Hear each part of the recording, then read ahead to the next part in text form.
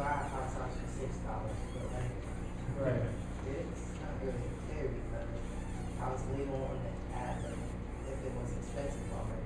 Right. But it probably isn't, so I had to change it to, would you pay more for organic content? Right. It's like a yes or no question, right? So you don't get a lot of information, but it's like, what kinds of things make you want to pay more for it? Which ones less? Right. So now that you have clearer questions, or at least a clear idea of what a good question looks like, this is a little small, but maybe you can write something that reminds you of what the question is. Fill in the questions down here. And then the homework is going to be to find people that you want to be potential customers. And for each person, write their name on the number slide and write their answers going down here. You don't have to use this exact template. It's pretty small. You might want to use a whole sheet of paper for one interview. You might take several notes on one interview if that person has a lot to tell you.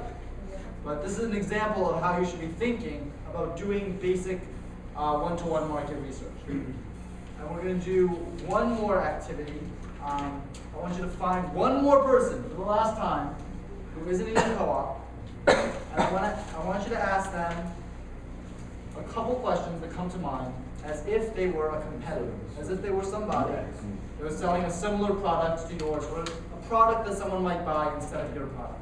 So for Green Drive, that might mean someone is offering transportation services, maybe not another biodiesel bus.